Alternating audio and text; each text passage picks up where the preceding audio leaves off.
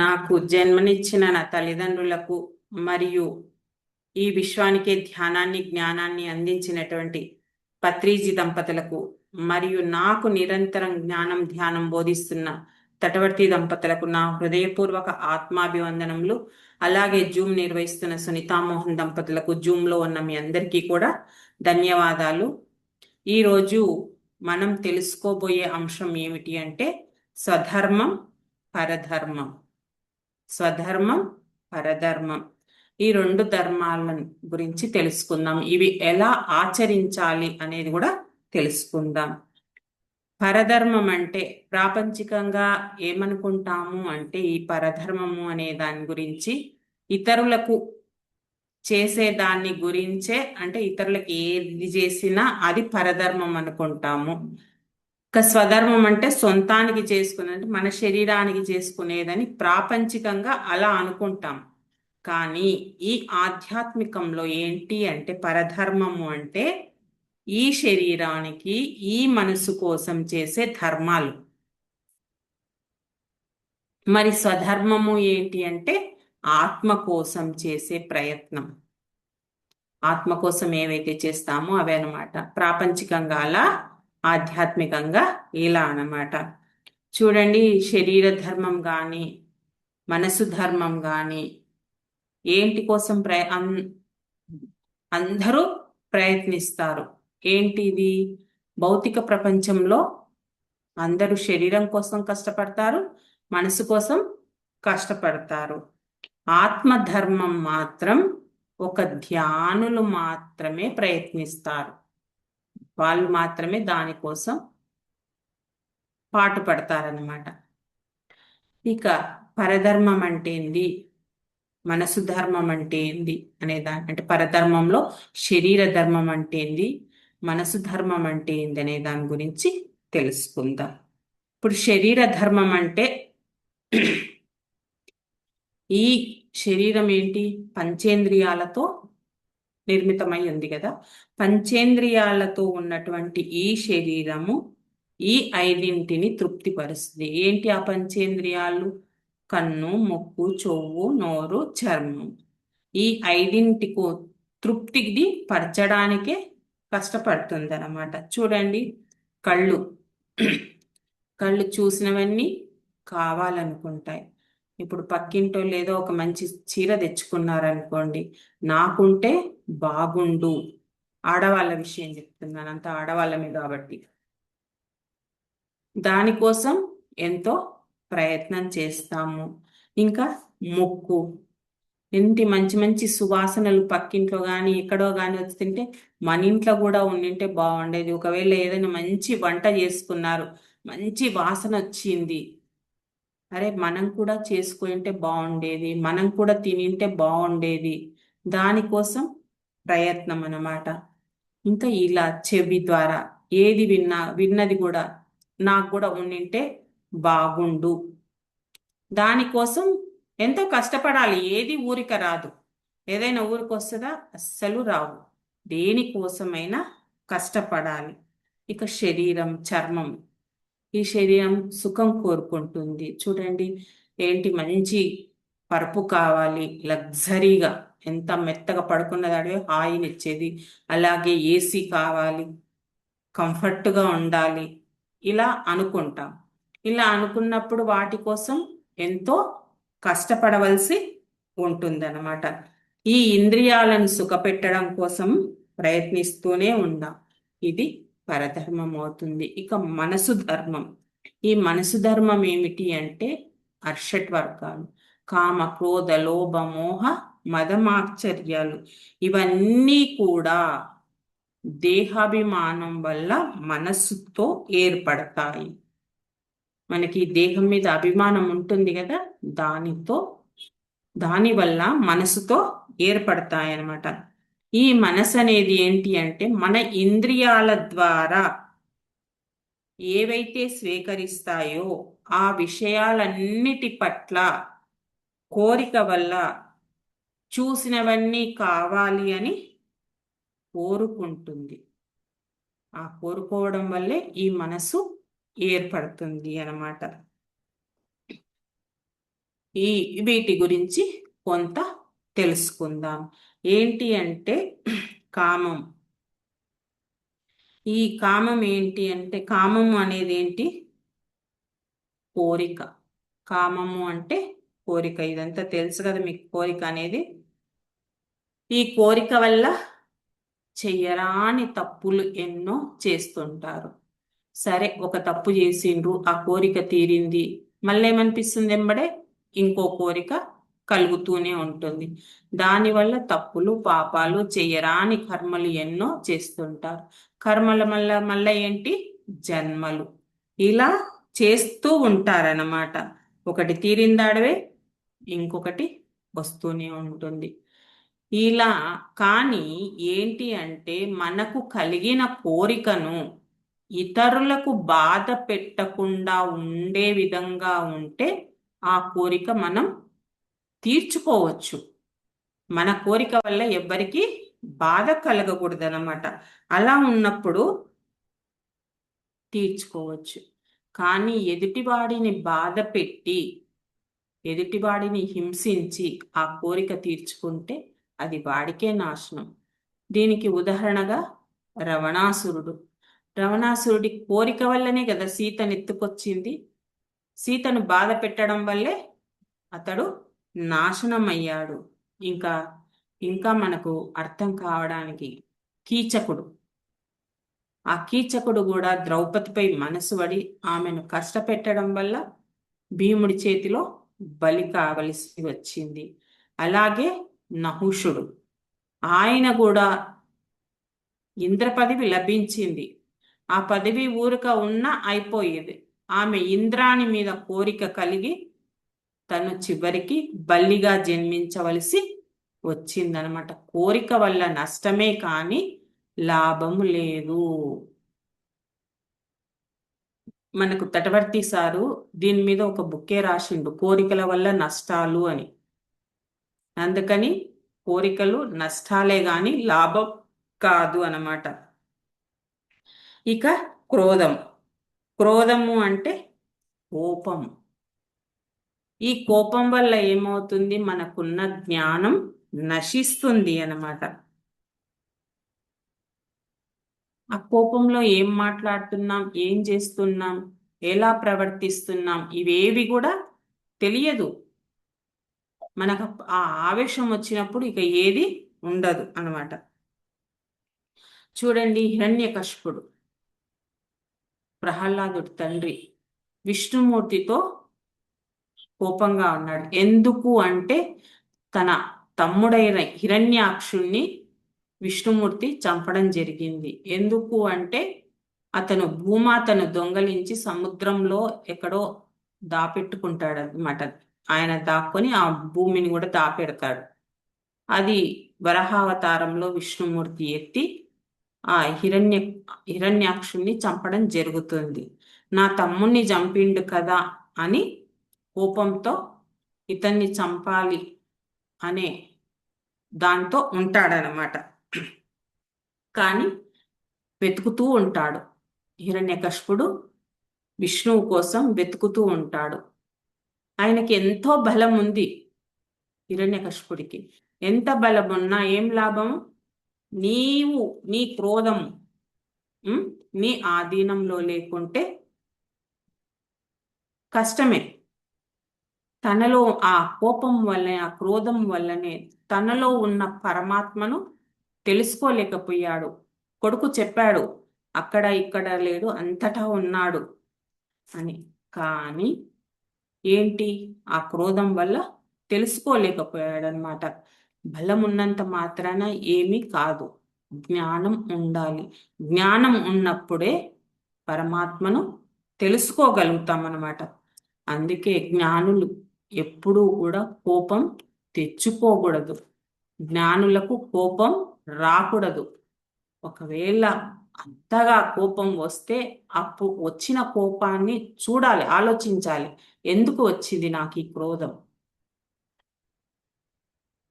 దీనివల్ల నష్టపోయేది వాళ్ళ, నేనా అని ప్రతిదీ ఆలోచించాలన్నమాట. ఆ కోపం వల్ల జ్ఞానం నశిస్తుంది తప్ప ఇంకా ఏమీ లేదు. చూడండి, ప్రహ్లాదుని ఎన్నో కష్టాలు పెడతాడు తండ్రి.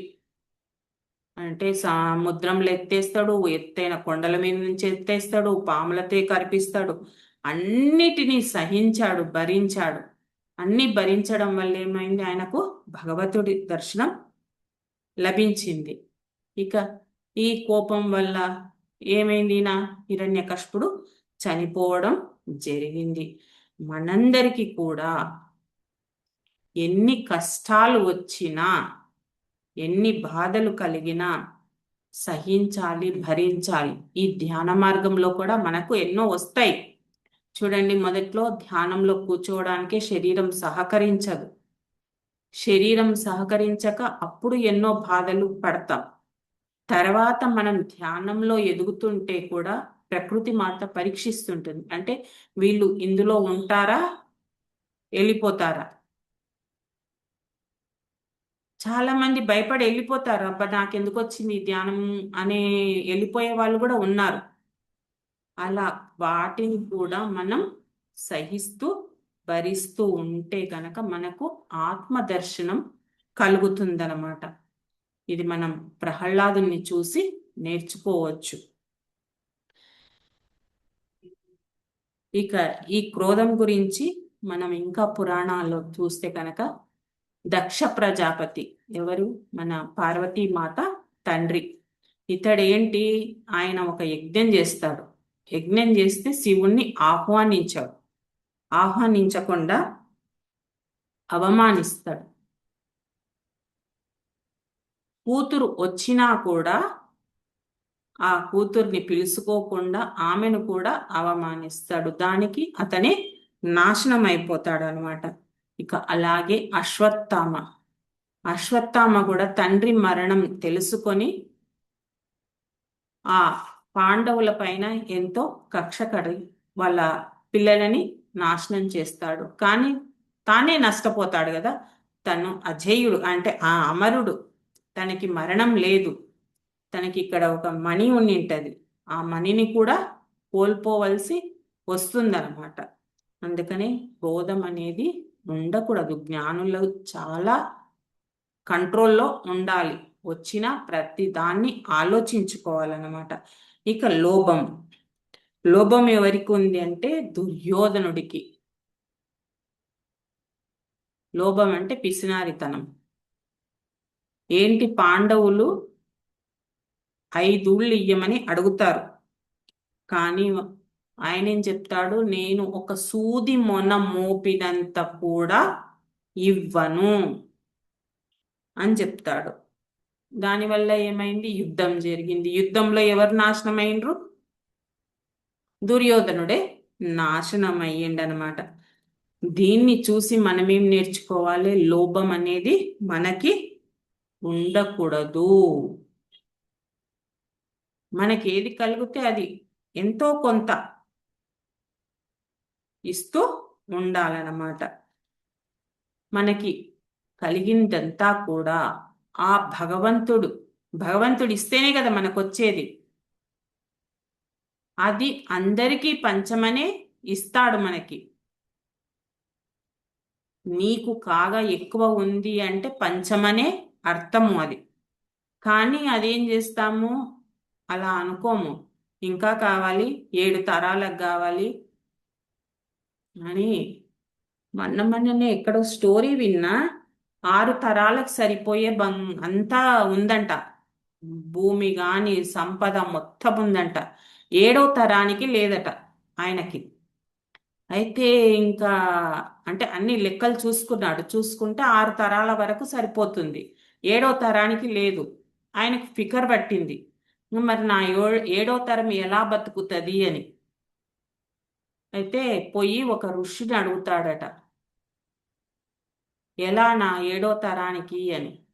ముందు నీవు ఇవైతే అనుభవించు, ఆయనకి ఎట్లా చెప్పాలో అట్లా చెప్పి పంపించిండట. అలా ఉంటుందన్నమాట. మనకు కలిగింది ఒకరికి పెట్టడానికే, అందరికీ ఇవ్వడానికే నాకు ఈ సంపద వచ్చింది అని మనం అనుకోవాలన్నమాట. ఎవరైనా మన దగ్గరికి సహాయానికి వచ్చారు అంటే, ఏదైనా సహాయం కోరి వచ్చిండ్రు అంటే నీకు ఇచ్చే అర్హత ఉంది కాబట్టే వాళ్ళు నీ ఎదురుగా వచ్చారు. ఊరికైతే రారు. నీకు ఆ అర్హత ఉంది కాబట్టే నీ దగ్గరికి వచ్చారు అని తెలుసుకొని మనం ఇవ్వాలి. అలా కాకుండా నేనెందుకు ఇవ్వాలి, ఇది నాదే అని అనుకుంటే అజ్ఞానుల కింద లెక్క. ఇచ్చారనుకో, ఇది దేవుడిచ్చింది అని అనుకొని ఇచ్చారనుకో, అది జ్ఞానుల కింద లెక్క అన్నమాట. ఇక మహాభారతంలో గనక చూసుకుంటే ఈ లోభం ఏంటి? శకుని, ఈయన దుర్యోధని మేనమామ, ఆయనకు అధికారం దాహం అన్నమాట. అంతా నేనే పాలించాలి. దీనికి పెద్ద స్టోరీ ఉంది, ఇప్పుడు మనకు టైం సరిపోదు కాబట్టి వదిలేస్తున్నా. ఆ అధికార దాహంతోనే ఇంకా వీళ్ళని ఎలాగైనా, అంటే దుర్యోధను కౌరవులను ఎలాగైనా నాశనం పట్టించాలి అని ప్రతీకార భావంతోనే వాళ్ళ పంచన చేరి వాళ్ళను నాశనం పట్టించడం జరిగిందనమాట. ఇక హిరణ్యాక్షుడు, ఈయన కూడా అంటే హిరణ్యకశిపుని తమ్ముడు, అధికారము, సంపద, ఆధిపత్యాలపై అత్యాశతోనే, అంటే అన్నీ నాకే కావాలని ఆశతోనే దేవతలకు శత్రువై తను నాశనమయ్యాడనమాట. ఇక మోహం, ఈ మోహం ఏంటి అంటే ఎంతసేపు కూడా నా భార్య, నా పిల్లలు, నా కుటుంబం నా వరకే ఉంటుంది కానీ మా వరకు రారు. ఎంత ఉన్నా కూడా నా నా నా అనేదే అంటారు. కానీ మన గురువు గారు ఏం చెప్తారు? ఈ నా గాని మా గాని రెండూ వదలాలి, నామాలు వదలండి అని చెప్తాడు. కానీ మన ఈ మోహం ఏంటి? ఎంతసేపు నా భార్యనే నా పిల్లలకే ఉండాలి, నా కుటుంబ సభ్యులకే, ఇక కులాలు, నా దేశం, నా రాష్ట్రం ఇంతవరకే, ఎక్కువగా కులాల వరకు ఉంటుంది. ఇవన్నీ కూడా ఉండకూడదన్నమాట. మరి దేని మీద మోహం ఉండాలి అంటే ధ్యానులకు ఆత్మ మీద మోహం ఉండాలి. ఎప్పుడైతే మనకు ఆత్మ మీద మోహం కలుగుతుందో అప్పుడు ఏం చేస్తాం?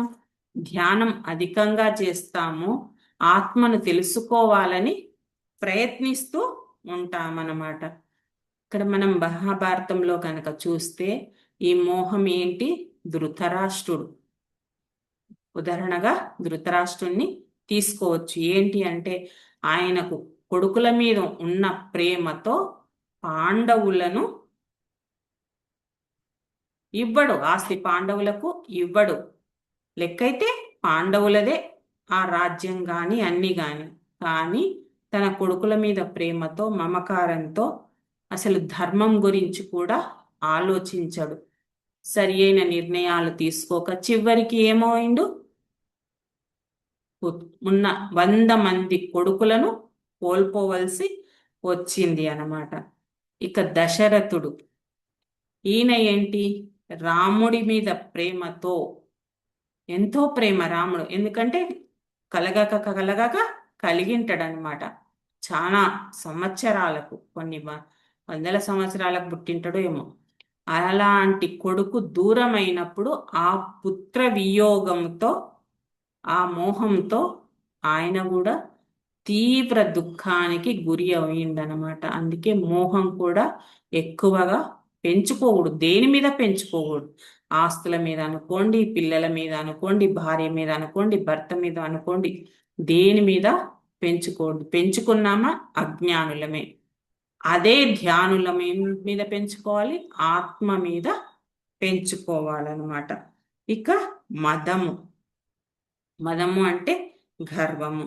మన సంపదలను చూసి, మన పదవులను చూసి, మనకున్న డిగ్రీలను చూసి, మనకున్న పదవు అంటే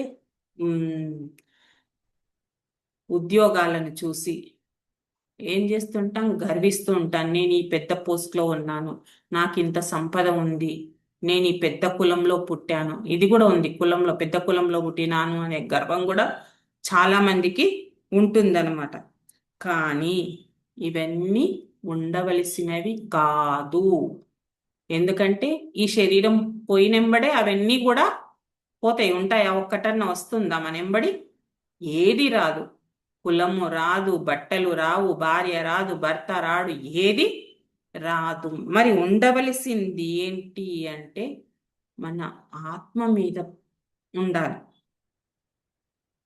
మనం ఎంతగా గర్వపడుతుంటామో ఈ ఆత్మకు అంతగా దూరం అవుతుంటాం. మనం ఎంత గర్వంగా ఉంటే అంతగా దూరం అవుతుంటాం అన్నమాట.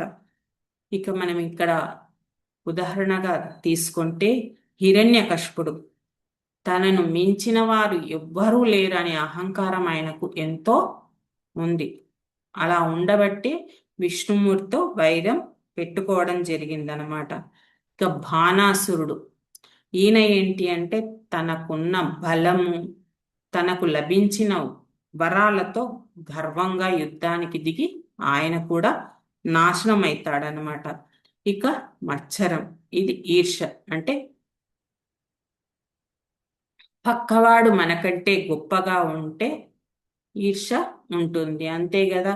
మనకు 2 రూముల ఇల్లుండి పక్కలోడికి 4 రూముల ఇల్లు ఉందనుకోండి, ఎంతో ఈర్ష్య పడుతుంటారు. అందరి గురించి కాదు, కొందరికి ఉంటుంది ఇది కూడా. ఆ ఇంకా అదే పక్కింటి ఆమె చీర తెచ్చుకున్నా, సొమ్ములు తెచ్చుకున్నా ఈర్ష్యపడే వాళ్ళు ఉంటారన్నమాట. కానీ మనం ఎప్పుడైనా అంటే ధ్యానులు ఎప్పుడు కూడా తృప్తిగా జీవించాలి.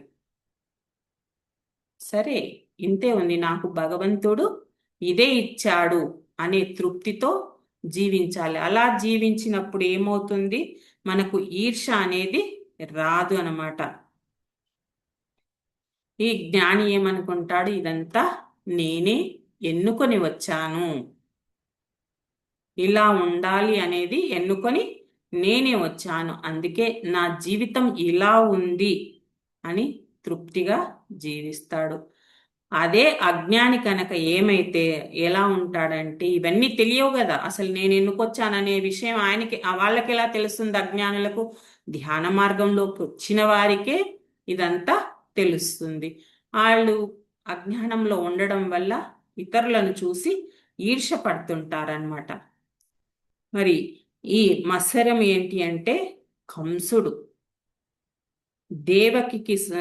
దేవకి సంతానం వల్ల తనకు మరణం ఉంది అని తెలుసుకొని వాళ్ళ మీద అసూయతో క్రూరంగా భయంగా వాళ్ళను హింసిస్తూ ఉంటాడనమాట, ఈర్ష్యతోనమాట.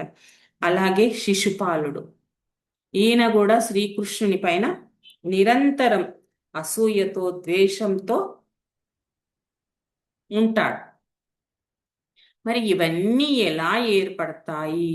కామ క్రోధ లోభ మద మాత్సర్యాలన్నీ అంటే మనం తీసుకునే ఆహారం వల్లనే. మనం ఎప్పుడైతే ఆ మాంసాహారము, వెల్లుల్లి ఏవైతే తినొద్దు అని చెప్పారో ఆ ఆహారం తీసుకోవడం వల్ల, అలాగే మన చుట్టూ ఉన్న వాతావరణం వల్ల. మంచి వాతావరణంలో ఉంటే మనకు మంచి లక్షణాలు వస్తాయి. అదే చెడు వాతావరణంలో ఉన్నామనుకో ఆ లక్షణాలే వస్తాయన్నమాట. అవన్నీ కూడా ఏర్పడతాయన్నమాట. మరి ఈ శరీరానికి మనసుకు ఉన్న ఈ గుణాలను పరధర్మాలు అంటారనమాట. ఇంకా ఒకే వ్యక్తిలో అనేక అర్షట్ వర్గాలు ఉన్నాయి. వాళ్ళ పేర్లు మనం ఇప్పుడు తెలుసుకుందాం. ఏంటి అంటే, హిరణ్యకశిపుడికి మదము, క్రోధము, మత్సరము 3 గుణాలు ఉన్నాయి ఆయనకు. ఇక కంసుడికి మత్సరము, క్రోధము, మోహము. శకునికి లోభము, మత్సరము, క్రోధము. అశ్వత్థామకు క్రోధము, మోహము, మత్సరము.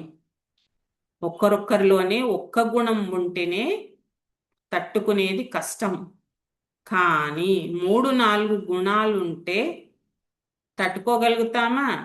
వాడి జీవితం అంతా నాశనమే అన్నమాట. అందుకని చాలా జాగ్రత్తగా ఉండాలన్నమాట. మరి ఎంతసేపు ఈ ప్రపంచంలో ఏంటి అంటే ఈ గుణాలు పెరిగిపోతూనే ఉన్నాయి. ఏ గుణాలు? ఈ అర్షట్ వర్గాలు అన్నమాట. అందుకనే ఈ పరధర్మాలను పనికిరాని ధర్మాలని మహాత్ములు చెప్తూ ఉంటారనమాట. ఇక స్వధర్మం, రెండవది స్వధర్మం.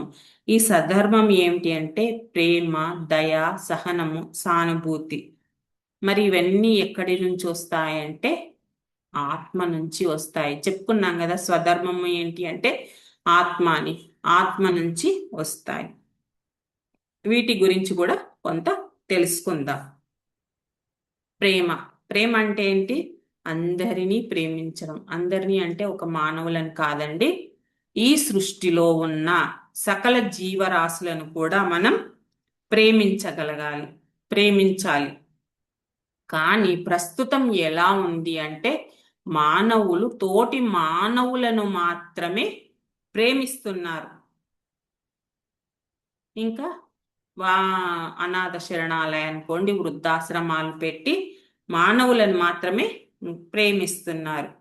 మరి వాళ్ళను ప్రేమిస్తున్నారు కరెక్టే, కానీ ఇంకా ఏం చేస్తున్నారంటే వాళ్ళందరికీ భోజనంలో సరే వాళ్ళ కోసం మంచిగానే హెల్పింగ్, అదొక మంచి అదే అనుకుందాం, కానీ వాళ్ళను కూడా పాపాత్ములుగా మారుస్తున్నారు.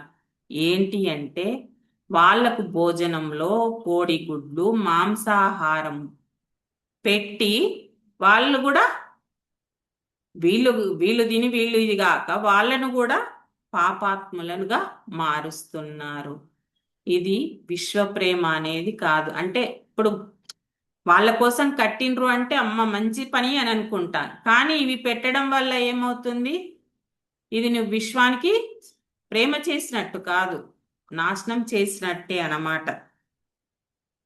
ఎప్పుడైతే ఆత్మ నుంచి వస్తుందో అదే విశ్వప్రేమ అంటే.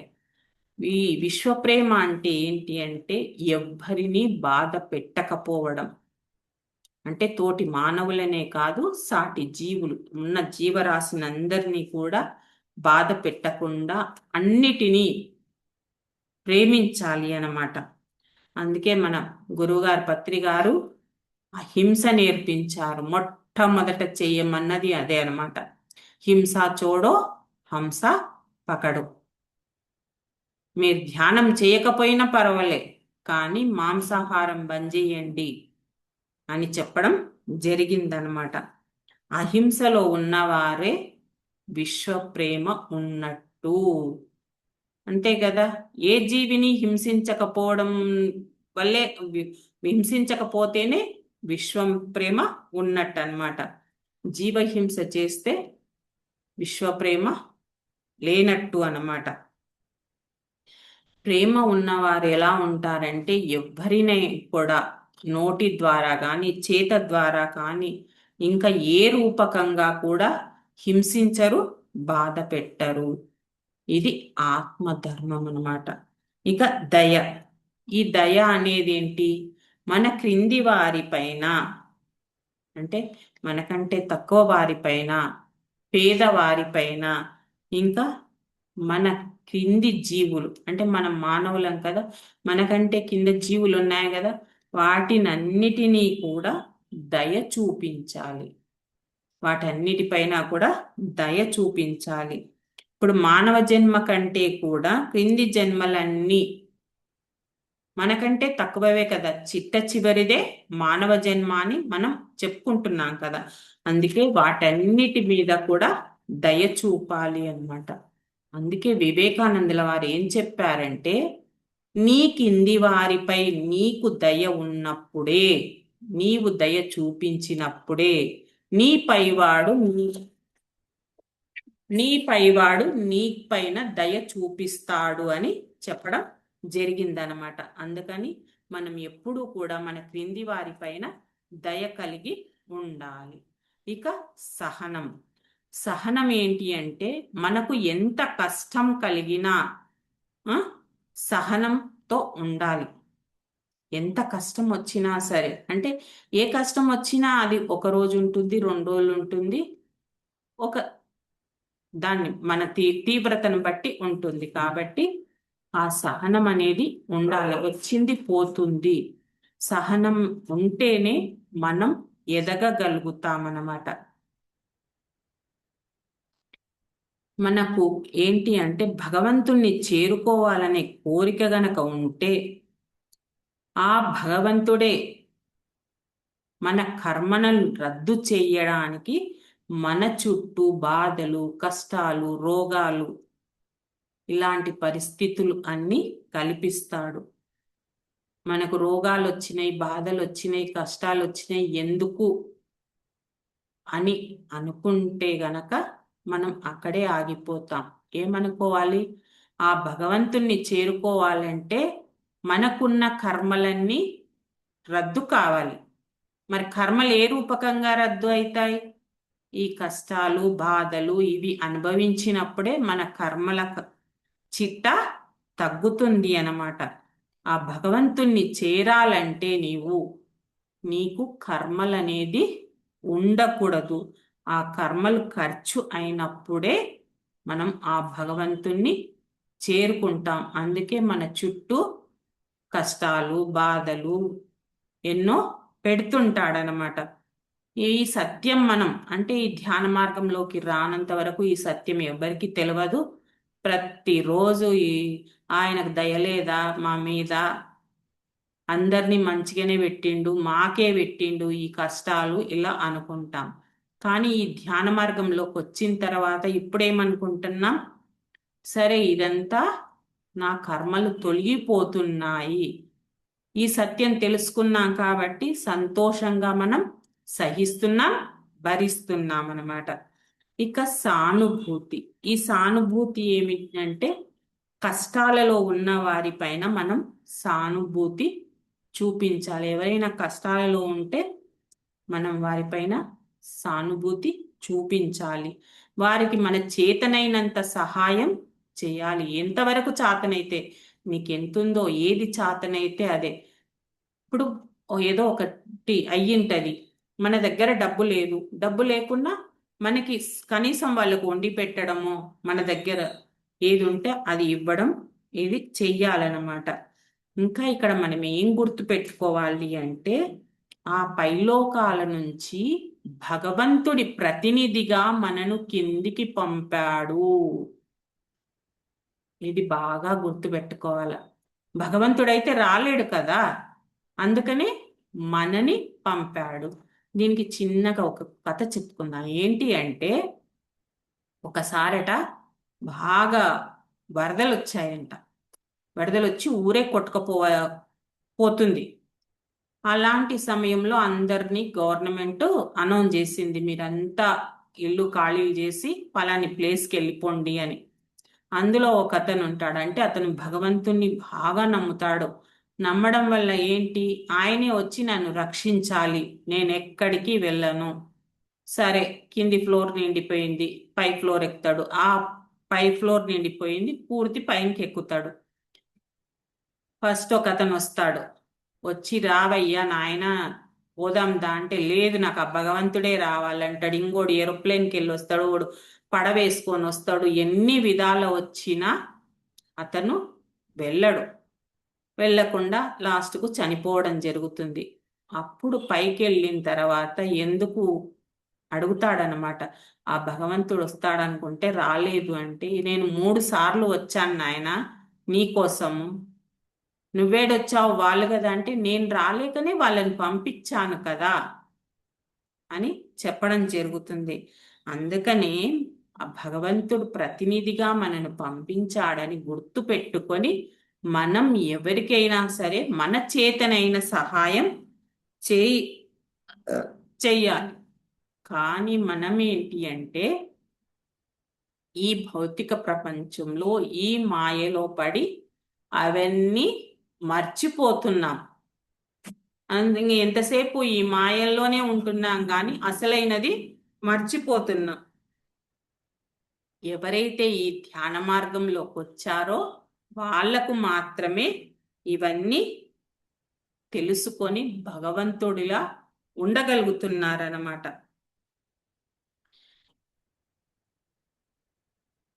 నీవు సాటి వారు కష్టాలలో ఉన్నప్పుడు సానుభూతి కనుక చూపించకపోతే భగవంతుడు నీపై సానుభూతి చూపించడుగాక చూపించడు.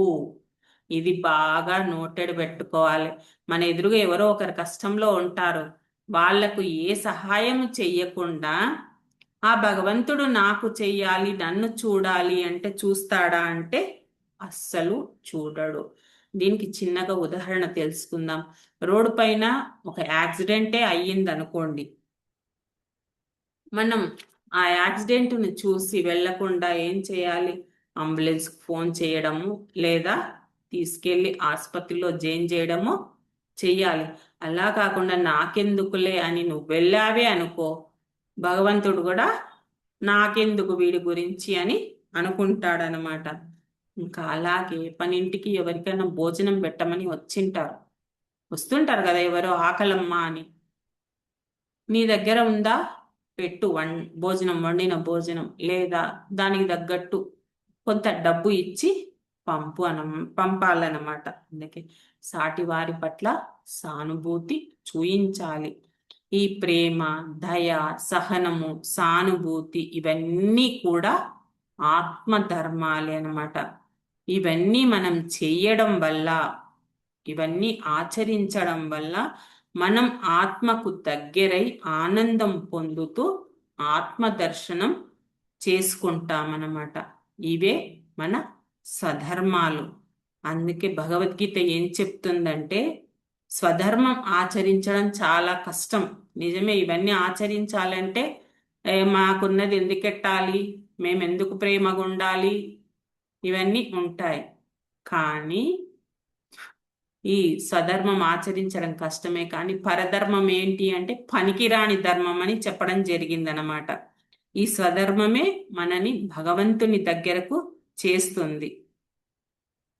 ఈ పరధర్మం వల్ల ఏంటి? ఈ పరధర్మం అంటే ఏం చెప్పుకున్నాం? శరీర ధర్మము, మనసు ధర్మం అని చెప్పుకున్నాం. దీనివల్ల ఏంటి? జన్మలు వస్తాయి. పునరపి జననం పునరపి మరణం అన్నమాట. అందుకని స్వధర్మంలోనే ఉందాము. దానికోసం చక్కగా సాధన చేసి జ్ఞానం పొందుదాం, ఆత్మదర్శనం చేసుకుందాం, మోక్షం పొందుదాం. అందుకే మనం ఈ స్వధర్మం ఆచరిద్దాం, అందరం మోక్షం పొందుదాం. ఓకే ఫ్రెండ్స్, మీ విలువైన సమయాన్ని ఇచ్చినందుకు మీ అందరికీ ధన్యవాదాలు. Thank you.